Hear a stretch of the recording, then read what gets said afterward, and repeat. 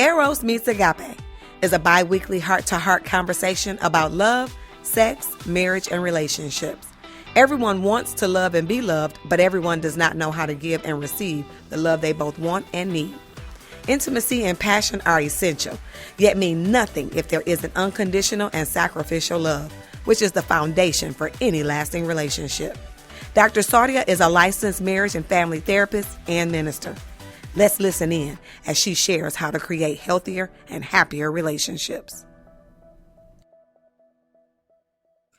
Hey there, fam. It's me again, Dr. Saudia, for another episode of the Eros Meets Agape podcast. And today we have a special topic that is important for all women of all ages. And I want you to make note that this is a special yet sensitive topic. So if you or someone that you are with and someone that you know has been sexually assaulted, please be aware that the content of today's session may be triggering. I want you to make certain that you remain safe. And if you feel that the content is too much to handle, please make certain that you listen to it at a later time and or you seek a mental health therapist in your area.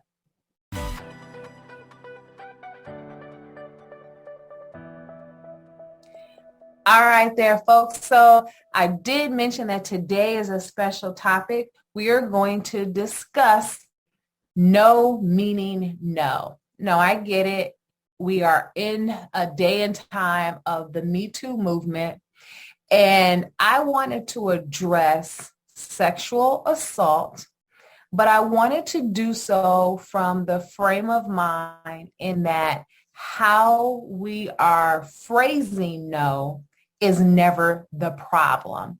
And a lot of times when I am working with clients who have experienced sexual assault, they come into the office in their initial sessions believing they did not do their part in, let's just say, not allowing the situation to take place. And I always have to stop them and let them know that regardless of how you phrased your no, it was a complete sentence. It was enough information given to allow the other person to know this was unwanted attention and behavior. So I always want to make it clear that when we tell someone no, that in and of itself is a complete sentence.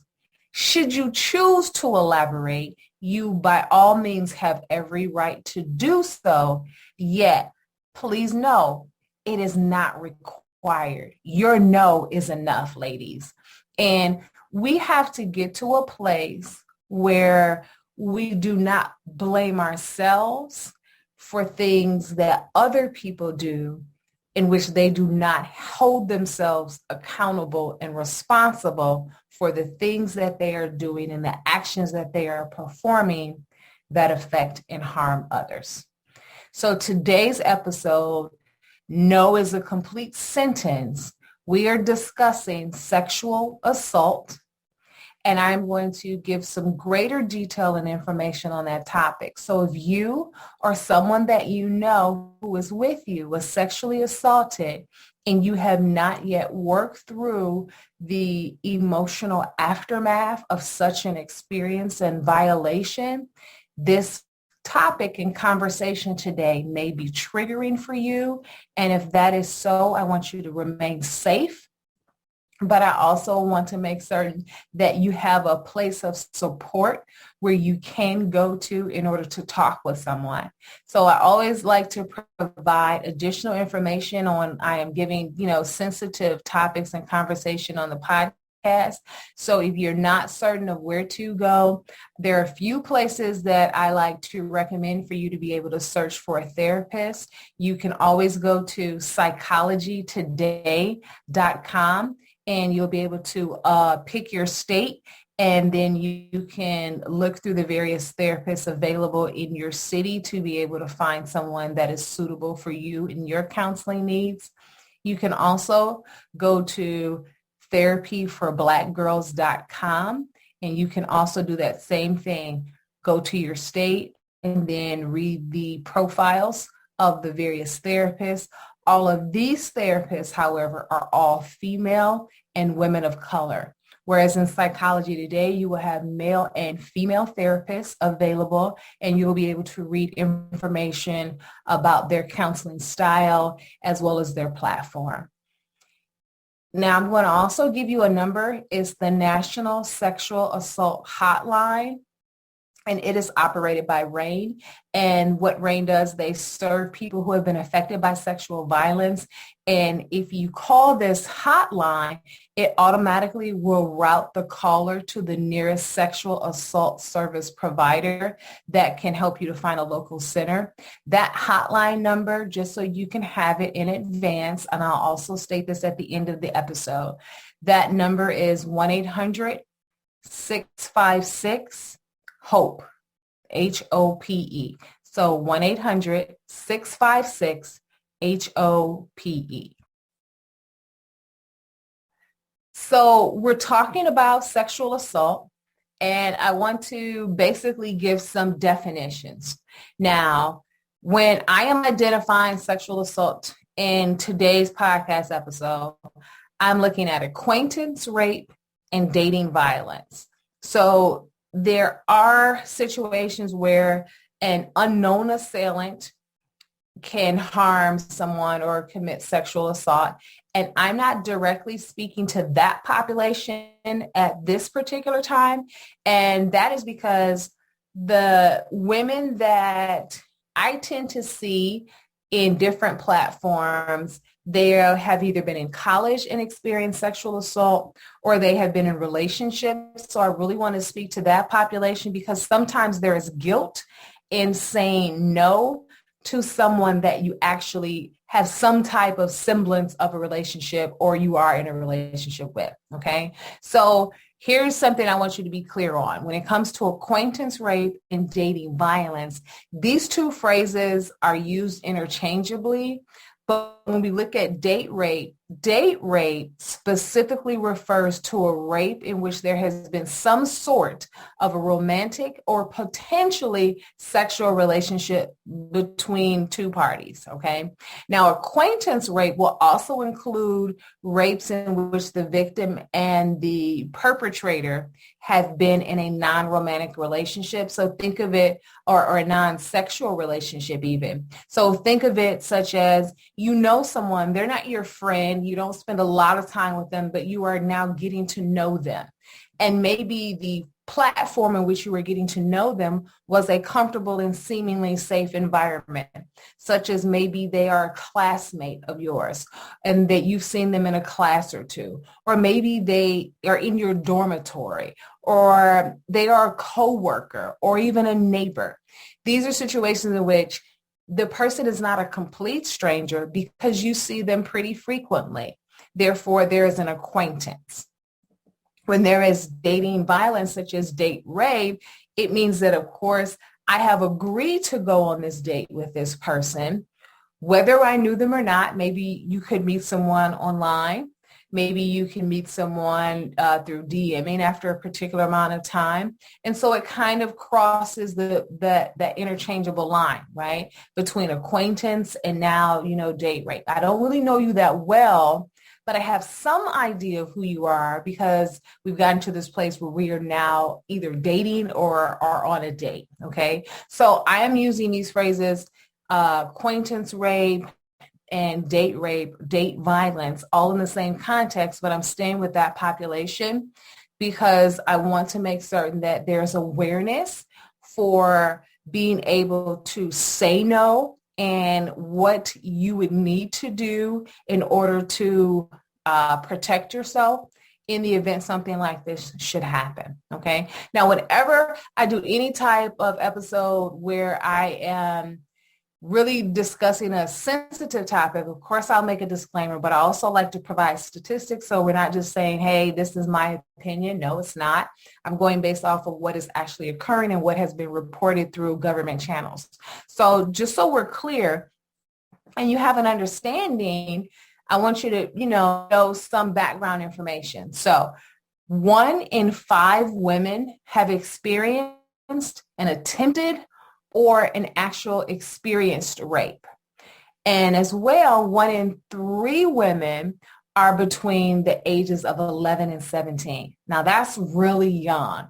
And that's the reason why I really want to focus on those that are in school, whether it's college or high school, because we're looking at dating someone or having an acquaintance with someone that you are interested in knowing further, and that person takes advantage of that kindness or even that attraction and misinterprets it or takes advantage of that. And we are seeing that these numbers are really moving away from those that are adults to those that are college age, as well as high school and middle school age. Okay. Just so you're aware, 1 in 4 undergraduate women who attend major universities have experienced a sexual assault. And it is estimated that on average about 735,000 people in the year 2018 were raped, including the threatening, the attempt, or completed rape. Now you may say, well, wait a minute, you're giving me numbers from 2018 and it's 2022 now. Why are these numbers so far behind? One thing I want you to be aware of, whenever any type of person is providing statistical information, it is very rare to have real-time statistical information because they are still fact gathering, getting this data. So with that being said, if it's 2022, in most cases, they're gathering the data from 2021 because we haven't completed 2022 yet, so we can't count that year. So they're going to be gathering the data for 2021. And as they're accumulating that data and they are really gathering it from across the U.S., because that's where I'm gathering my data from, this is pertaining to numbers solely in the U.S., then the government generally does background information and research. So even though they may be gathering data from 2021, by the time they get done conducting their research, following up, fact-finding, making certain that it's accurate, a few years have passed. And you'll generally see anywhere from maybe 2 to 4 years. The average is around that time. So that's why the date seems to lag. And that's because of the research that's involved in gathering and fact-finding for that information. Okay. So that we're clear, let's look at the types of sexual assault. Okay. So we're looking again at acquaintance rape as well as date rape or dating violence. So some of the types that we're going to really kind of walk into today are sexual assault by someone that you somewhat know. So we're not focusing on those that we do not know. That is not what we would identify as acquaintance rape or date rape, because you, in those situations, do not know the person at all. And those are high numbers still, but it's not our focus for the population in which I'm discussing today. So we're talking about sexual assault by someone who you may have previously dated or are currently dating, or someone who you just happen to know but do not know that well. But in addition, we're talking in regards to sexual assault that is also by a partner. That means I am actively in a relationship with you, and maybe we are in an intimate setting. And in this intimate setting, you are wanting to go further sexually than what I am willing or desiring to do. And therefore, my no should stop things. But unfortunately, in relationships, there is sexual violence where a sexual assault can occur from a partner. All right. And so we're clear. Sometimes I find that women feel guilt as well as shame, because in some ways they say, well, I brought it upon myself because I put myself in a situation where I was willing to sexually engage with someone. And because of that, if I were not in that situation, then it wouldn't have happened. So therefore it's my fault. Now, I get the mindset in that, maybe if I wasn't there, then that wouldn't have happened. We can always think in that regard, but we really shouldn't beat ourselves up about that. And here's why I say that, ladies and gentlemen. You don't have control over someone else. Now, granted, you always want to listen to your gut, right? If your gut is telling you something isn't right here, I always tell people that I work with, you don't need to figure out why it's not right. You only need to know that it is not right. And that means exit stage left immediately, as swiftly as you possibly can, and unseemingly that there's an issue, because your gut never steers you wrong. Now, if I'm being honest, I'm saying gut, but to me, it's the Holy Spirit telling you this isn't right. Something's wrong here. And you always want to make certain that you listen to your gut. Holy Spirit never allows you to go wrong. Now, sometimes we aren't familiar with that sense of knowing what to do with that type of feeling. Wait a minute, this is odd. I don't know what to do with this. And we have to work up our sensitivity towards that. So I don't want you all to hear that as, well, I ignored my gut or I ignored the Holy Spirit, so again, that's my fault. No, we have to get in a place where we become comfortable hearing from ourselves, listening to ourselves, honoring ourselves. And if we have not been in a position to have done that previously, then it's very difficult to hear that from within and know, okay, I need to pay attention to this and I need to follow the direction that I think this feeling is leading me. So some people feel, it was a yes, and then somewhere along the way, things started going awry and I said no, but my no was ignored. And we want to be sensitive to the fact that it doesn't matter how long you said yes.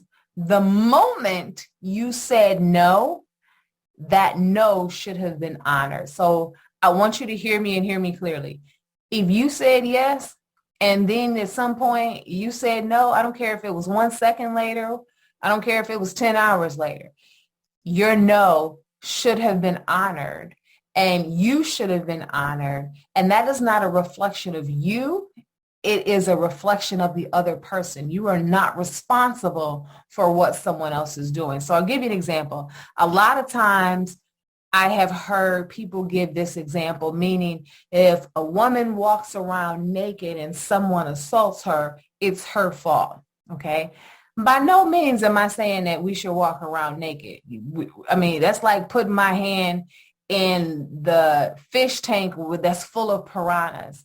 I'm not trying to invite harm to myself when I know that something could happen. So no, we would not want to walk around naked. But in the same sense, you want to, that's just using wisdom. That's just something that we would not do, right? But when people use this example, they say, well, it's the way that people are dressing that has invited the situation. No, we are not responsible for someone else's thoughts. That is their responsibility. They must learn to withhold their own, should I say, sexual desires and not force them on someone else. So even if you did show up naked somewhere, even if you were in a private place with someone or wherever you were, and it was initially yes, but you changed your mind somewhere along the way, your no meant no, and it is a complete sentence. Do not feel in any way, shape, or form, well, maybe if I had said, no, I don't want to do this anymore. No, this hurts and I don't want to be hurt anymore. Or maybe I should have gave them details about my background or my family. No, you don't have to. It's kind if you did. But you do not have to give more content in your conversation after you have said no.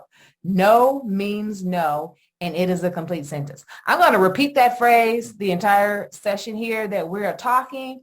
I said session like I'm really counseling somebody. You all can see where I'm going with this. That's what generally happens when I'm with someone. When it's not a session, it's an episode. But you see my point. No means no, and it is a complete sentence. You do not have to justify your no. It's nice if you did, but it is not required. It is optional. So think of it that way. It's optional if you offer additional information, but you are not required to do so. Okay. And you should not allow someone to make you feel as if there's something wrong with you for changing your mind because you said no after you said yes. Okay. So You all know I tell my business. That's what I do. I tell about me because that's the safe place to go. Now, I've admitted I am not a virgin. I shouldn't be single. And yep, you all know how I feel about premarital sex. That's just me.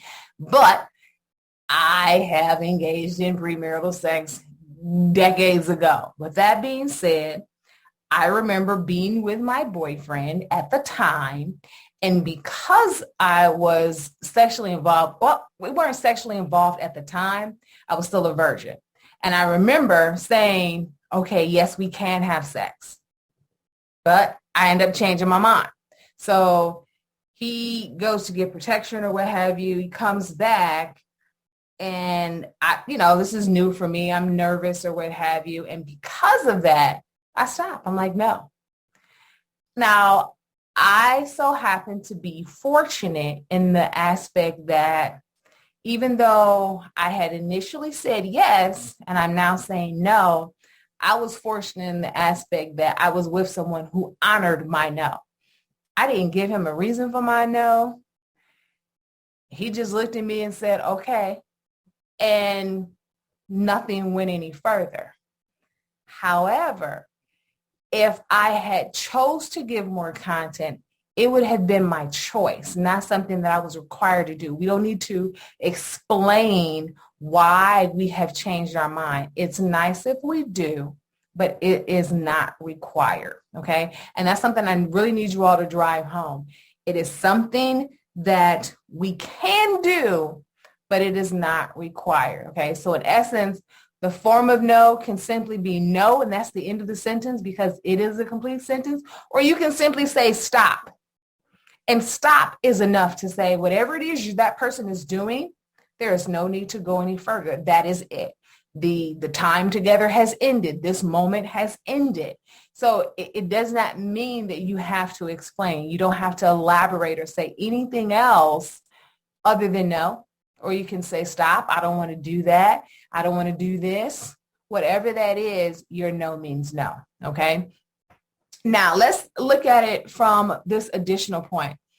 You want to make certain that we are covering and protecting ourselves. So now that we've kind of went through some of the statistics and we went through different ways in which, you can see the possibility of an acquaintance or a date rape actually occurring, I've kind of given you some types by saying, sexual assault by a partner, and you're in a relationship with, or being in a sexual situation where you are kind of getting hot and heavy, but you know from jump, nope, this isn't going any further. The no is the no, and that's it. Then there's situations where we just identify where a yes ends up turning into a no, okay? Now that we understand those different types, right, let's kind of look at what to do in various types of situations, right? I have listeners that are in college. I have listeners that have children that are in college or high school. And this is important information to communicate because you never know what information can assist someone, and we have to make certain that it is available. So I know this is a gritty topic. It's not juicy, but it's stuff that we need to discuss, and we have to have the hard conversation sometime, okay? So that being said, let's kind of walk into what to do and how to protect ourselves as well as cover ourselves to try to do the best on our end to not be in relationships or friendships or dating situations where we are placed with someone who can possibly try to take advantage. And again, not saying that it's our fault, but preempting something by applying more wisdom to certain situations. So I would say initially to start off, we want to try to date people with whom we have mutual friends. So I won't say acquaintances because, right, we're talking about acquaintance rape. We don't want someone that I know. So let's just say me and my friend, I don't know, Kara.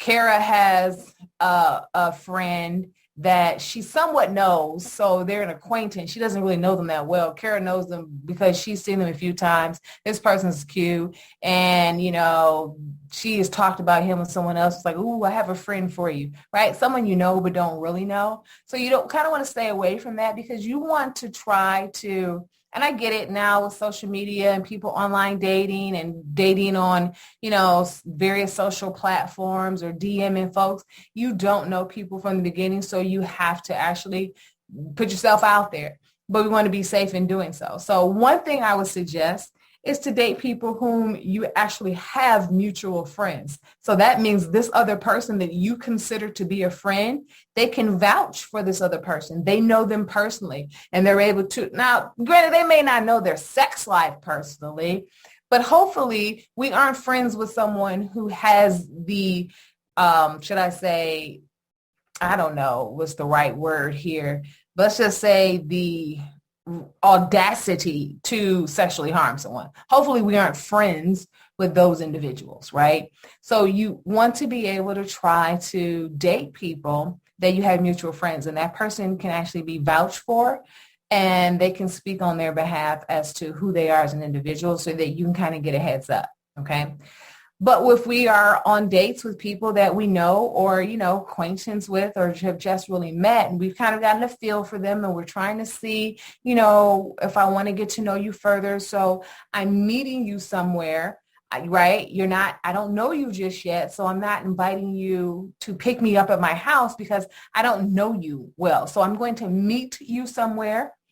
And if I meet you somewhere, then you want to make certain that you tell people where you're going. So my friends, early years of online dating, we're meeting people, we're going out trying something, meaning we're going out different places with people that we're first initially meeting. Well, guess what?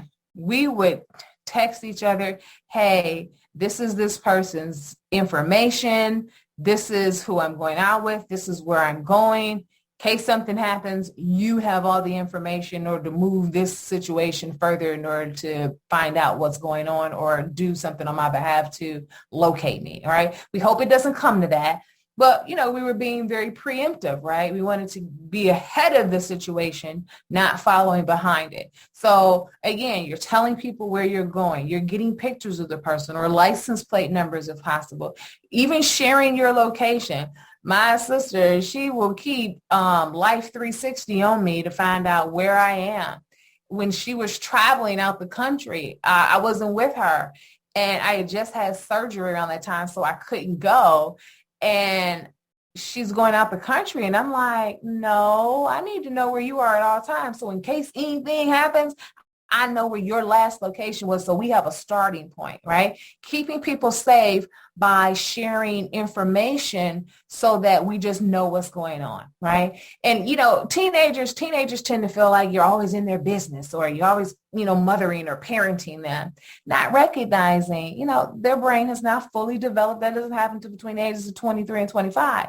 So because of that, as parents, we're always going to make certain that they are remaining safe and we're doing our best to keep them safe. So we're asking questions so we are in the know so that we are using our wisdom and years of life to be able to help them through things that they might yet be able to see. Okay. Another point, the fourth point I want to identify, because I have a lot, guys. Okay. But the fourth point I want to identify is we don't want to go out somewhere. Right. So if you're in college, sometimes people do this when they're in high school too.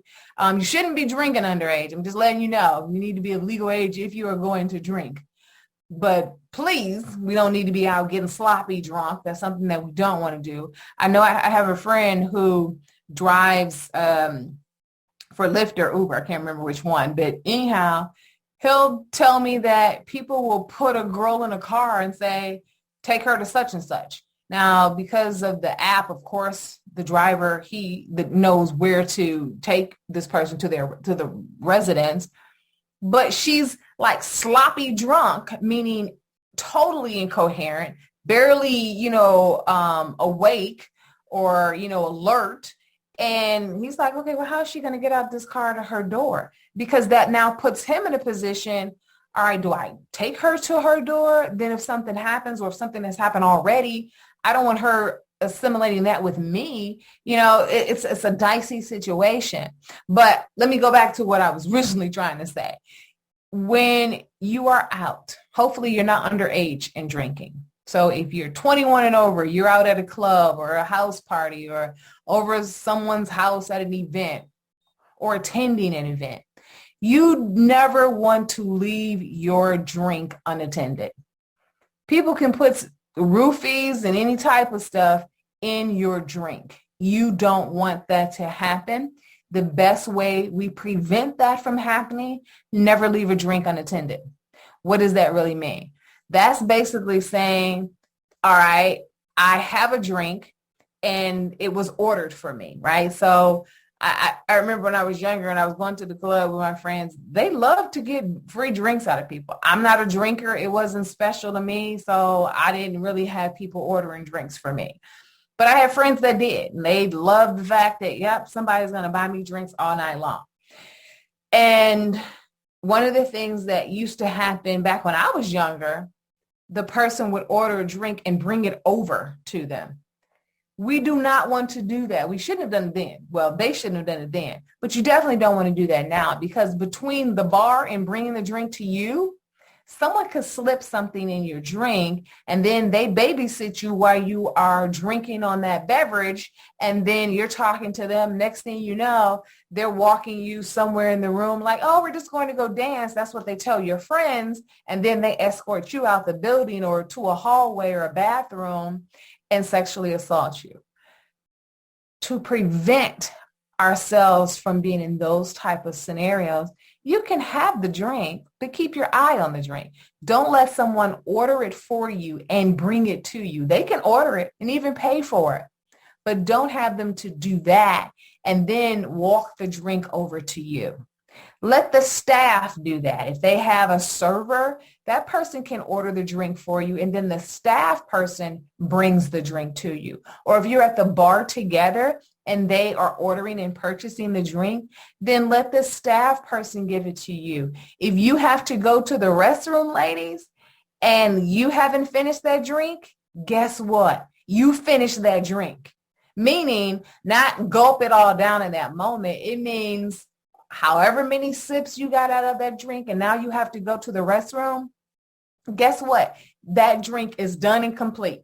Because when you come back from the restroom, you don't know who's done what to that drink. So you no longer want to sip on that drink anymore. It's done. It's over. That's something you don't want anymore. You might as well go on to say, are you ordering me a new drink or buying yourself one? Because you don't want to leave a drink unattended. Okay. And if the staff can't bring it to you, or if you can't be there to watch that staff, that bartender, to pour that drink, make that drink, and then hand you that drink, then you don't want that drink. Okay. This keeps you safe in the fact that from the person that has made the drink for you to your lips, nothing has happened in between. Okay. And it keeps you safe from someone trying to put something in your drink that may try to drug you. Okay. So you always want to stay with the person that's making the drink from start to finish so you can watch that transaction from making it to you actually sipping on it. Okay. Next point I want to identify. If it's possible, and you're going out with someone, you want to get background information on this person. So I know one of my friends, let's just say she works at a place where she can access certain information. That's all I'm going to say here. With that being said, she's able to look up certain people, meaning whenever I tell her I'm going out with someone, I'm so blessed I have people that really love and care about me and they want to protect me. And she'll say, wait a minute, what's their name? Let me look them up. Or, she'll say, well, do you know their birthday? Now, me, I just always like asking people when their birthday is because I know she needs that information. So I'll get that for her and she'll look them up. What does that do? She's looking up we identify here in the state of Michigan. Well, I don't want to tell you on a platform, and I might tell you where she works. So let me just keep that anonymous. But she'll look up in this system to see if that person is there. What does that do for me? Is it discriminatory? No. Now, that means if you want to date someone who has a prior history being in the system, maybe having been in jail or prison, difference is jail is being incarcerated for under a year. Prison is being incarcerated for over a year. There's nothing wrong with that. There's nothing wrong with giving someone another chance or a second chance, whatever that may be. Yet we're going to use wisdom. So that meaning my friend is looking to see, okay, does this person have a background? So if they do, you can know.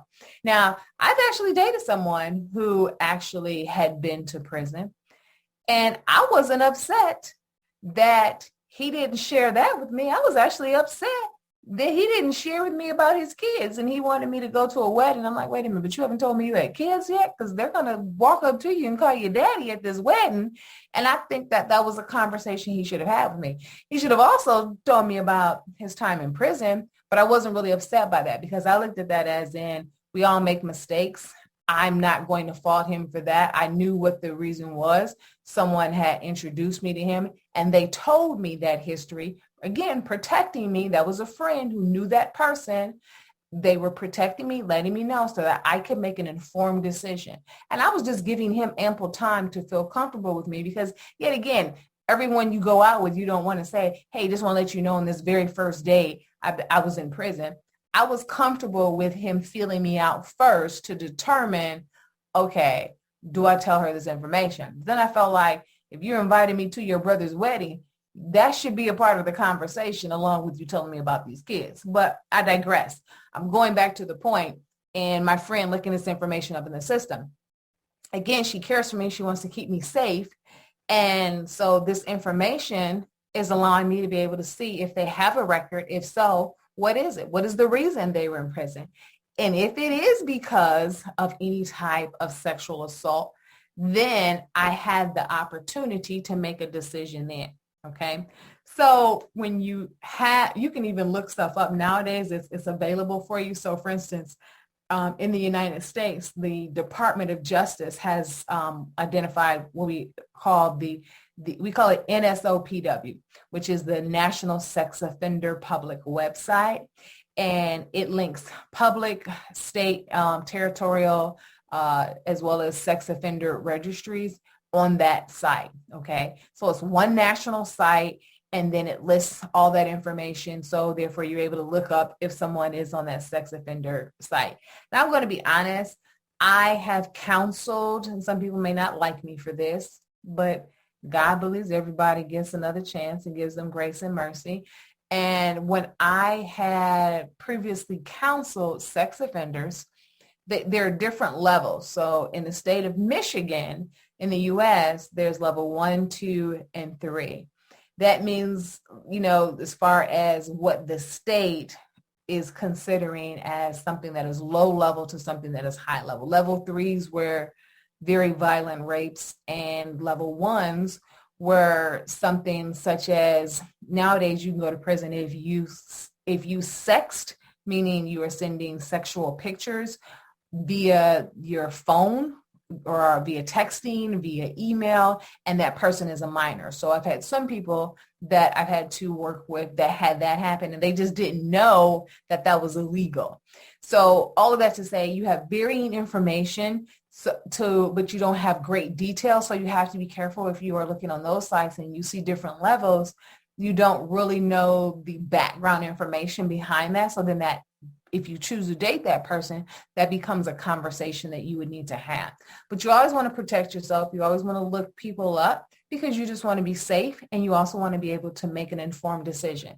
Again, people can make mistakes. I actually know someone who is actually on the sex offender registry, but guess what? It goes back to, we identified in Michigan as what we call the Romeo and Juliet law, yet they didn't have it at the time. The Romeo and Juliet law basically says if you, let's say Kara and Carl, all right? Kara and Carl were friends in middle school, right? And when they were kids, Kara is 11, Carl is 13, okay? And so they're friends and they previously dated. They liked each other. Fast forward, and Carl is 17 and Kara is 15. Well, no, let's change it. You can be 17. There's nothing wrong with that, but I want to make this a little bit clearer in our minds because most people know adults being 18, even though your states will vary. Some states consider a 16-year-old an adult, some consider 17, some consider 18. So we're going to change this just so it's clear for everyone. So Carl is now 18 and Kara is 16. And Kara and Carl engage in a sexual relationship, and Kara's dad finds out and presses charges against Carl. In the state of Michigan, because of the Romeo and Juliet law, because Kara and Carl dated when they were 11 and 13, that preempts Carl from now at the age of 18 and Kara at the age of 16. That prevents Carl from going to jail because it's considered, wait a minute, there was a prior relationship, so these people have a history. Therefore, this person probably did not take advantage of them. So Carl is protected by the law.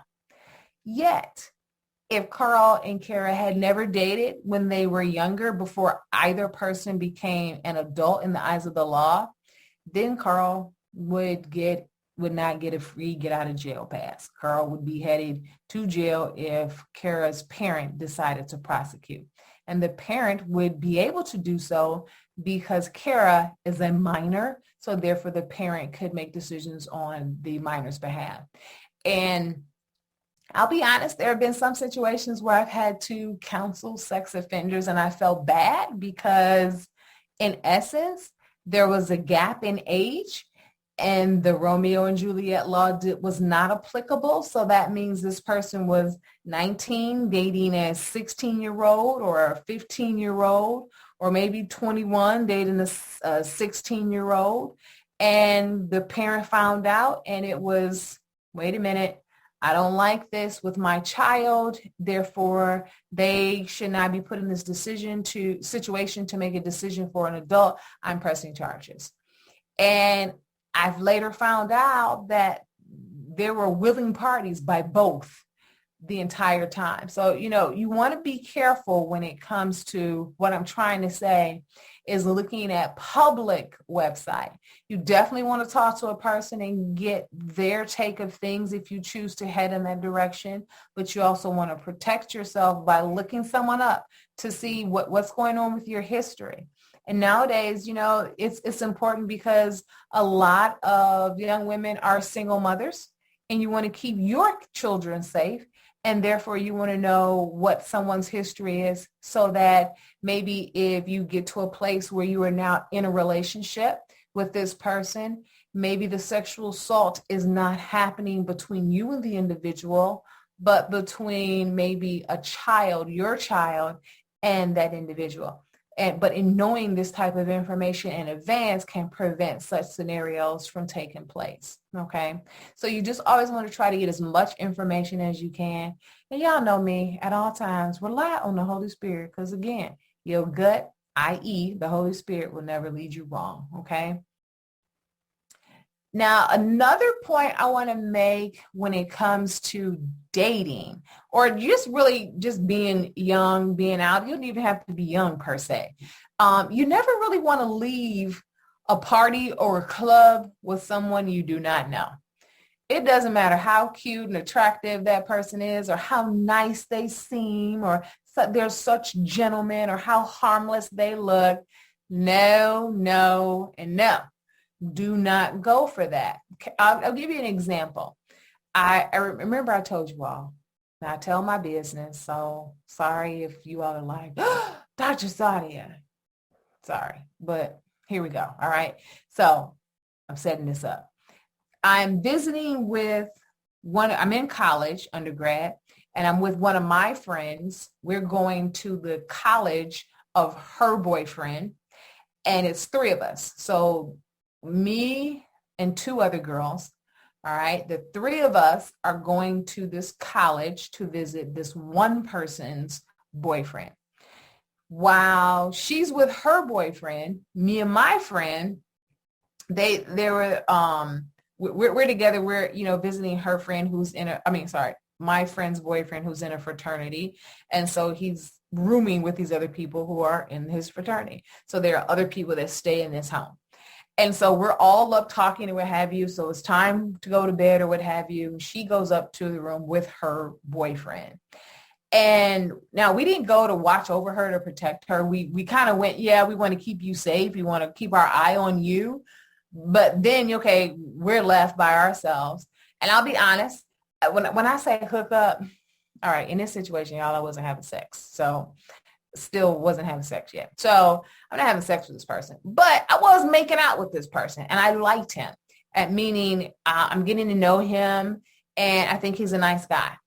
And so my friend is now, she's talking to this other guy and I guess it's going well. I really don't know. We're all still in the living room and we're talking, and meaning my other friend with her boyfriend, they went up to his room. So we're all still sitting up talking. Now it's time to get ready to go to bed.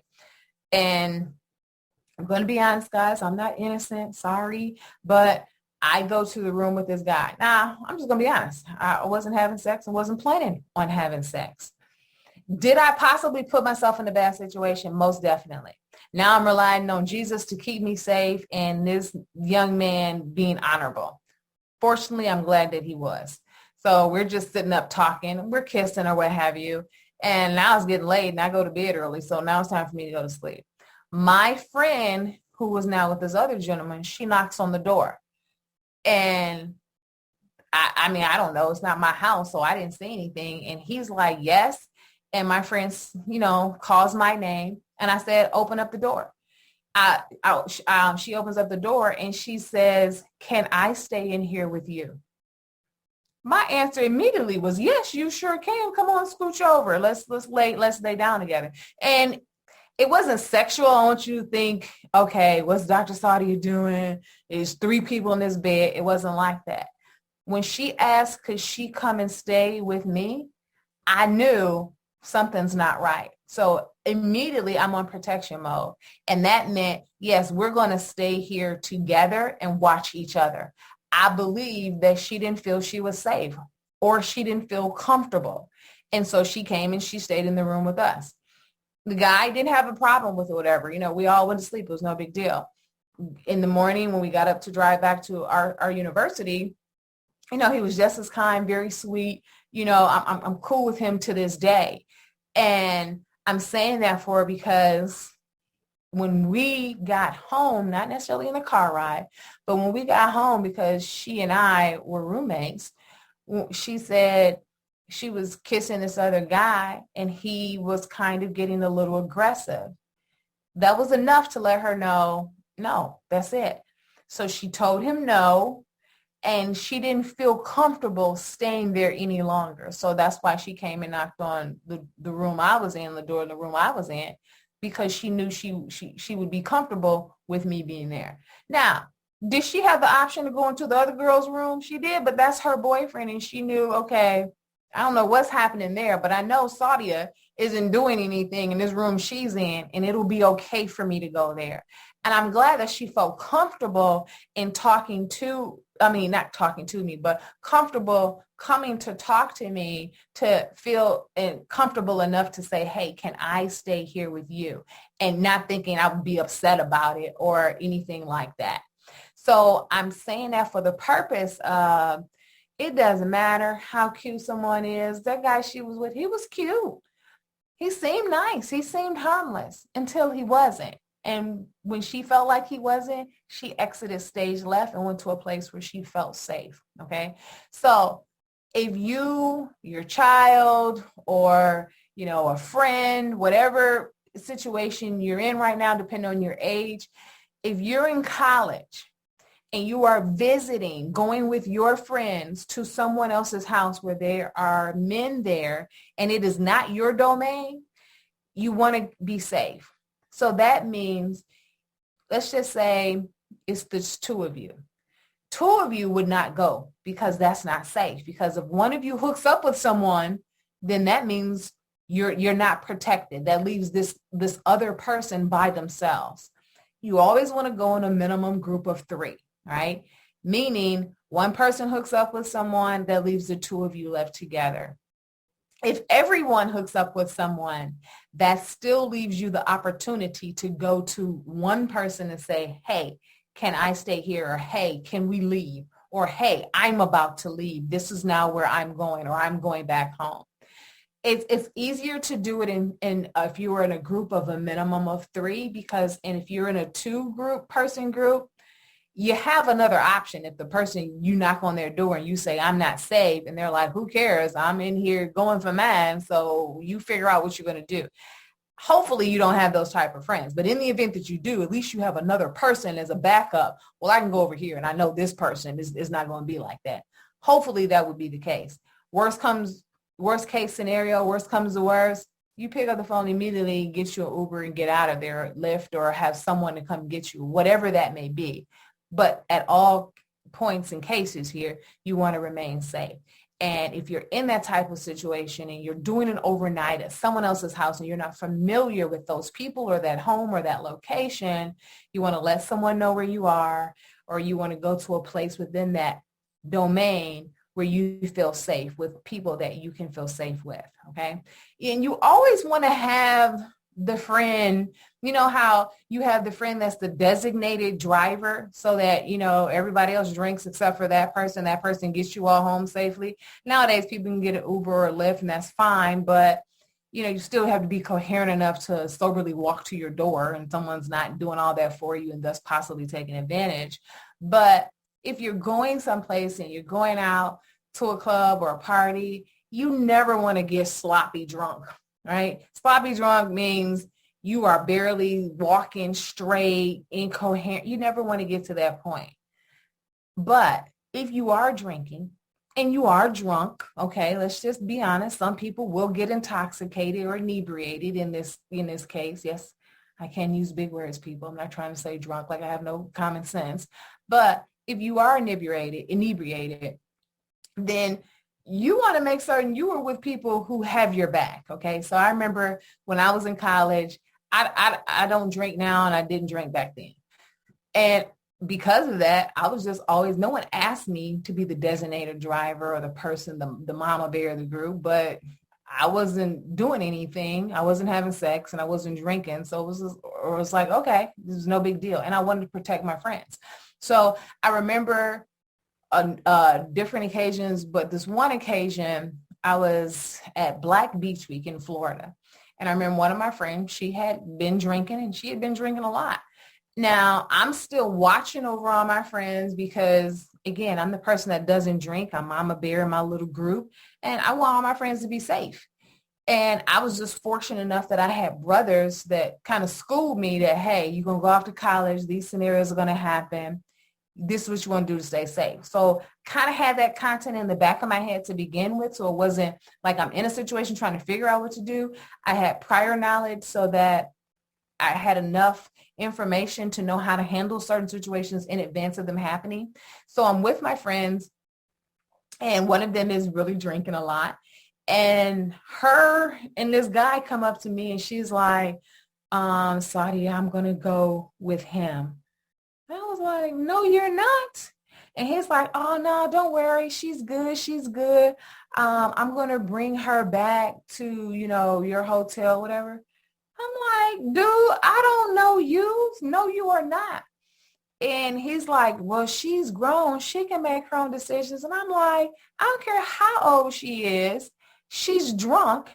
She has no idea what she's saying right now because she's not in her right faculties. So I'm not going to allow her to go off with you who I do not know who could possibly sexually assault her. Since she can't make a coherent decision for herself, I am 100% completely sober. I am making the decision for her.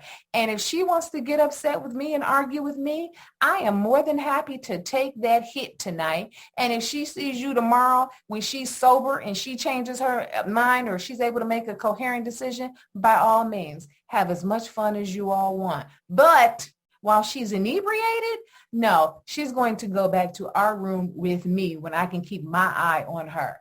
And she turned just as nicely turned to him and said, well, it looks like I can't go. So that's fine by me. She knows me. And she didn't have a problem with it. She wasn't saying it to pacify me. She was saying it because in her mind, she believed I trust her.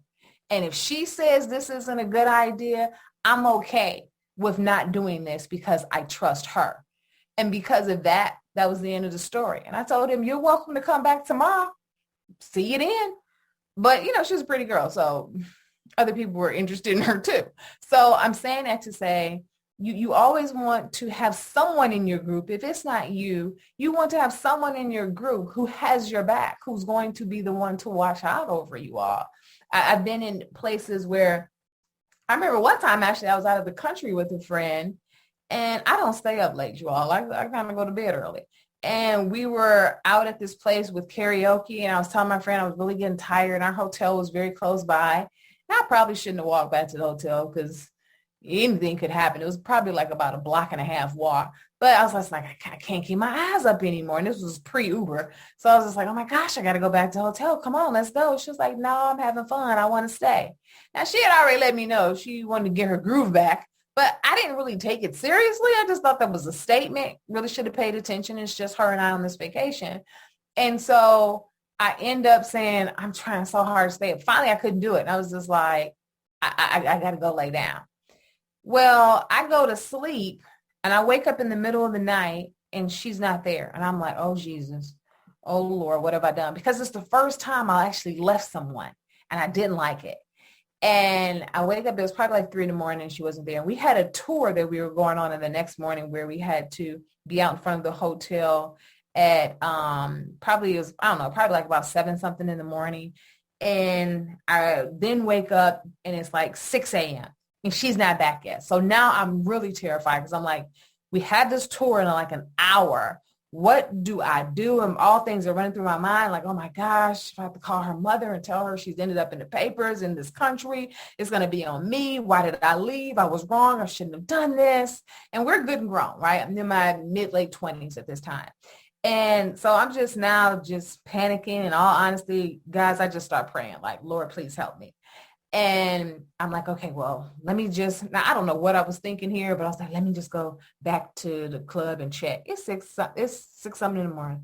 That club was closed. I don't know what I thought I was going to find, but maybe I was trying to get out of my head something actually being wrong and she's on the street and needed my help. Couldn't find her. Went back to the hotel. Now I have to get showered and everything and thinking, well, maybe she'll just show up to this tour that we're going on. Sure enough, I'm in the shower and I hear her, Sadia, open up the door because I put the little latch on. And I'm like, thank you, Jesus, it's her. And, she told me she hooked up with this guy. I lit into her like, I don't care. You were supposed to call me and let me know so I know where you were. And like, he was this famous person from this country there that we were visiting. So but still I was like, they do stuff too. I saw enough Law and Order episodes and know people that are famous do stuff too. And I was very frantic. But for me, that was enough for me to say, I have to let go of myself in order to still be there for someone else. Because had I not went back to the hotel to go to bed, I would have known the story. And the story would have been, because she wasn't drunk. She wasn't drunk when I left. She wasn't drunk when she came back. And she really wasn't drinking much when we were there. So she was completely in her faculty. She just really just wanted to get her groove back. And that was the story she wanted to have for her life. And what I'm trying to say here is if I had stayed, I would have known the story because I left it up to her to call me to tell me what was going on. And at this time, we're in another country. So she would have what? She would have had to call my cell phone that time. Nope, couldn't do that with the roaming rates. And then calling the hotel. All right, not maybe knowing how to go about doing that. Or not knowing the number. So it was probably a lot or probably just wasn't on her mind. But I felt bad and made that decision from that point on. No, for me, I need to have someone's back because I never want someone's mom to have to ask me, why did you leave her or why did you let her go? So I'm saying that to say you want to make certain that you don't leave someone at a party or a club, nor do you allow someone to take your friend with them away from that location. You want to always make certain that they're safe.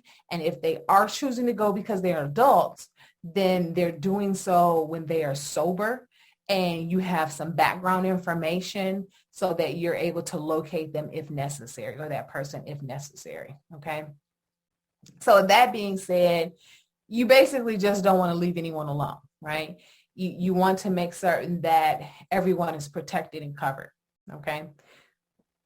Now, if you're dating, and, if you're young especially, sometimes, wild thoughts, things happen, but you want to try to stay in groups. That way, if you're in a group, then you're generally going to be safe. In most cases, we tend to do things in a group. Well, we tend not to do things in a group because we don't want to be judged or looked at in the wrong way. Okay, so maybe something that you may go along with privately, you wouldn't do that particularly in a group. Now, if I'm being honest, counseling wise, it's really backwards, meaning statistics show that we tend to do more in a group setting than we would necessarily do by ourselves because we want to go along with the crowd. We don't want to be the odd man out. But in this dating aspect, you really kind of want to date in a group until you actually get to know a person. That allows you to be able to see how they handle different situations, different people, different personalities, different types of conversation. And then when you are at a place where you're comfortable with them, then you can move to a one-on-one. Now, I'm not saying, people, that you never get along with someone. But again, trust your gut. And you want to get to know a person and not rush something. You want to take your time, okay? Now, something that I also want you to consider with this conversation. Here's kind of where we're getting to the nitty gritty of everything, okay? If you are in a situation, and when I say situation, meaning, let's be honest, you're sexually attracted to someone and things are getting hot and heavy. When things escalate to that point, whereas a decision will be made, will I, won't I, do I, don't I? Most women, if they're in a position sexually and they're attracted to someone, they're going to eventually get to this place in their mind where they're going to make that decision. Some people know before they leave the house that night, I'm having sex tonight. They've already made that decision. They've done their assessment, or this is what I want to do because this is what I'm feeling, or this is where I am sexually. Some people make that decision in the moment, right? So these are the situations and the people that I'm discussing right now. If something does happen sexually and you initially agree to it, but somewhere along the way you changed your mind, it's okay to actually say no. Just like you went along with things, you can actually be in the middle of hot and heavy or whatever. Yes, I'm going to say it, y'all. Even penetration. Yes, you could be in the middle of penetration. Let me be graphic. Let me go here. You could be in the middle. He could be in the middle of stroking. And you decide, no, I don't want to do this anymore. Doesn't matter the reason. You just don't want to. You don't have to explain yourself. Again, no is a complete sentence. You do not have to explain yourself. It is okay to say no, that you don't want to do this anymore, to stop. You do not have to give this person another chance or figure out you have to work yourself up to this, or you don't have to take a drink in order to be able to do it. You can actually just leave. Now, if you say no and he doesn't stop, I want you to definitely remain safe, right? I want you to try to get away, but not like, you have to. Now, if you need to run out because it feels as if your life is in jeopardy, then definitely you want to run. But you want to make certain that if you say no and he doesn't stop, you want to be safe, but you also want to get away to protect yourself. But if you are assaulted, then your first priority is to stay alive and to then get to a place that is safe, okay? Now, with acquaintance or date rape, you could think one person one way towards an individual, and then they become another person. So like a Dr. Jekyll, Mr. Hyde. It doesn't mean that you are a bad judge of character. It just means that you need to judge a little bit more with scrutiny. But it also could mean you need to investigate a little bit further, maybe do a background check, and then let's just be honest. There's sometimes you can actually do all of the preliminary work and someone still surprises you. Or we don't know to trust our gut and we bypass that. Stuff happens. It doesn't mean we need to forever beat ourselves up because of that. It doesn't mean that it was your fault that someone tried to take or did take advantage of you. That is not on you. That is on them. But you want to make certain that if someone puts you in that type of position and you can't get away, then your first priority is to stay alive. You want to then get to a place where you can feel that you are safe. Again, people, I'm not saying that your protection of your body is not important. But what I am saying is that you never know. If someone could do that, then they could escalate things to another level so that it does not go there and that the situation is de-escalated. You want to take care of yourself and that you stay alive and you get to a safe place. So, but if you are assaulted, I want you to follow these steps so that the right procedures can be in place so that you can make the decision that you need to make. That being said, if you are assaulted, then immediately afterwards, or as close to immediately as you can, you want to get to a hospital so that they can take an exam. That exam will generally be a physical exam that they perform a rape kit examination.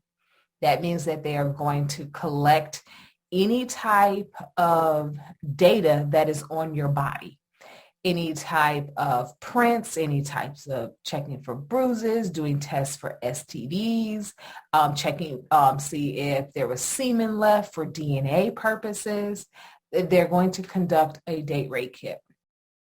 Now, if there was physical harm, they would also, again, take the physical exam to also make certain that there is no bodily harm in place, to make certain that, again, you are safe, okay? They're doing all of this to collect the evidence.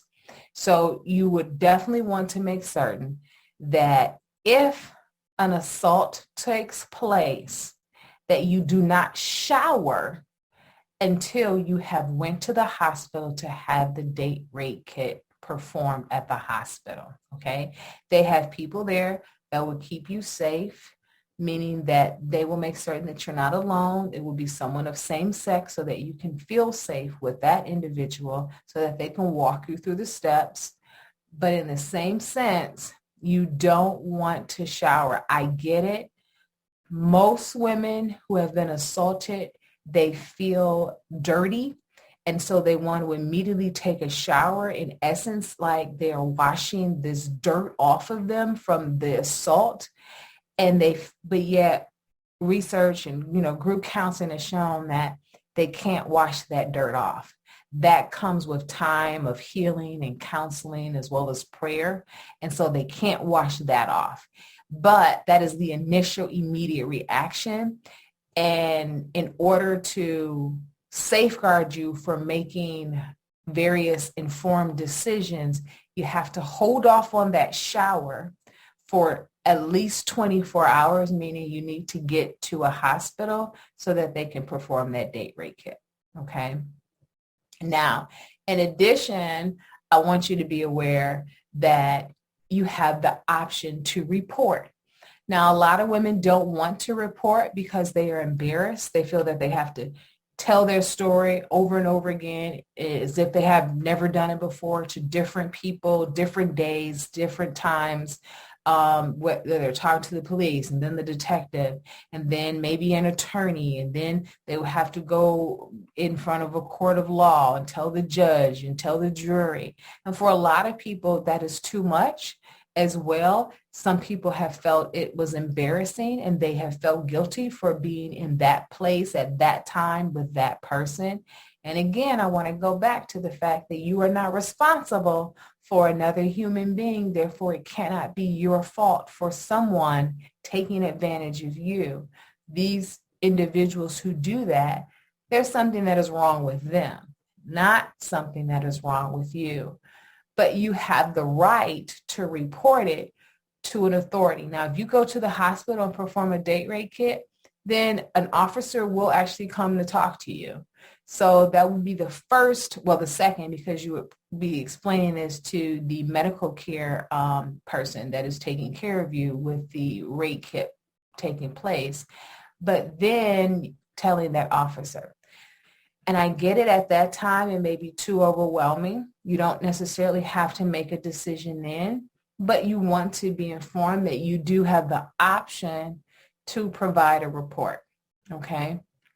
Now, you want to remember, even though this is a Me Too movement, you're not alone, even though it would feel as if you were alone. But there are resources that will assist you in your healing process. At the beginning of this episode, I provided you with some information as far as the National Sexual Assault Hotline. And I want to repeat that information again. So the National Sexual Assault Hotline, you can call that number 24 hours a day, 7 days a week. There are people there at RAINN that will assist you in serving those that have been violated sexually. They will automatically route you, even though it's a national number, they will automatically route you to your nearest sexual assault service provider. And that phone number is 1-800-656-HOPE. So that word is HOPE. 1-800-656-HOPE. But then I also want to give you a number for an attorney referral line. And it refers callers to attorneys in their geographic area who can really represent them in the pursuit of a civil claim and victim restitution. And the referral line is not an anonymous service such as the National Sexual Assault Hotline. This referral for the attorney is not an anonymous service, but the website gives information about civil lawsuits and then information to be able to assist you with going further in, like I said, with regard to pursuing a civil claim for victim restitution. The attorney referral line, that number, it's not a 1-800 number though, guys. That number is 202-467-8716, and that's 202-467-8716. So again, those are the National Sexual Assault Hotline number at 1-800-656-HOPE, and then the attorney referral line, which is 202-467-8716, okay? And then, of course, I, as a counselor, I believe it's important to tell people about counseling. I think you need to help people with a counselor that is licensed and professional, that works with those that have been traumatized, that have been assaulted. People have special niches in these areas, as well as being trained professionally to be able to handle certain situations such as these, whether it's date rape, whether it is partner violence or partner rape. So you want to definitely see a counselor. You can go to group counseling or individual counseling. So again, you can go to psychologytoday.com or therapyforblackgirls.com. Or you can just pretty much just Google, counselor in your area and then put in content, sexual assault, and different people will come up, okay? It's important to get the help because you want a licensed professional. That's someone who's going to sit there and really be able to help you not just overcome what you dealt with, but to be able to heal from it. It's going to take time. There are stages to it, but you have someone who's trained in this area professionally. They're not going to judge you. They're going to be a source of support to you and helping you to also see the existing support network that you have, or to help you to be able to build an existing support network, whether that is with those that love and know you, or by helping you to go to a group where you can really talk freely amongst yourselves with others that have actually experienced the same, okay?